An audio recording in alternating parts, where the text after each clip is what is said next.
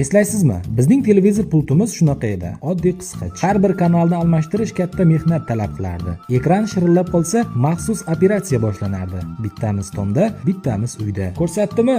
Yo'q, yana ozgina bura. Ko'rsatdimi? Ha, shunday ushla, ko'rsatyapti.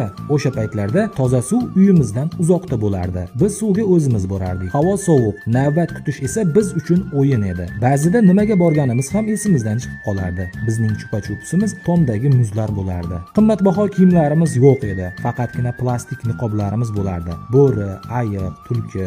Ammo o'sha niqobni kiyganimizda o'zimizni xuddi ertak ichidagidek his qilardik. Uyda esa rangli qog'ozlarni qirqib, yopishtirib bezaklar tayyorlardik. Maktabdan berilgan sovg'alarni uyga kelib shoshilib ochib, ichidan eng mazalilarini terib yerdik. O'sha paytlarda qo'shnilar orasida oqibat shunchalik kuchli ediki, kimning tuzi tugasa, kimning noni qolmasa, tortinmay qo'shnisinikiga kirardi. Butun qishloq bitta oila bo'lib yashardi. Kech kirsa, onamiz podvaldan o'sha mashhur sok yoki kompotlarni olib chiqardi. Soat 12. Xitoyning eng oddiy, ingichka paqildog'ini qo'limizga olib otardik. Cho'ntagimiz yupqa bo'lsa ham, ko'nglimiz keng, yuragimiz boy edi. Butun oilamiz bitta uyda birga o'tirardik. Keyin bilsam, aynan o'sha kunlar bizning eng baxtli bolaligimiz bo'lgan ekan.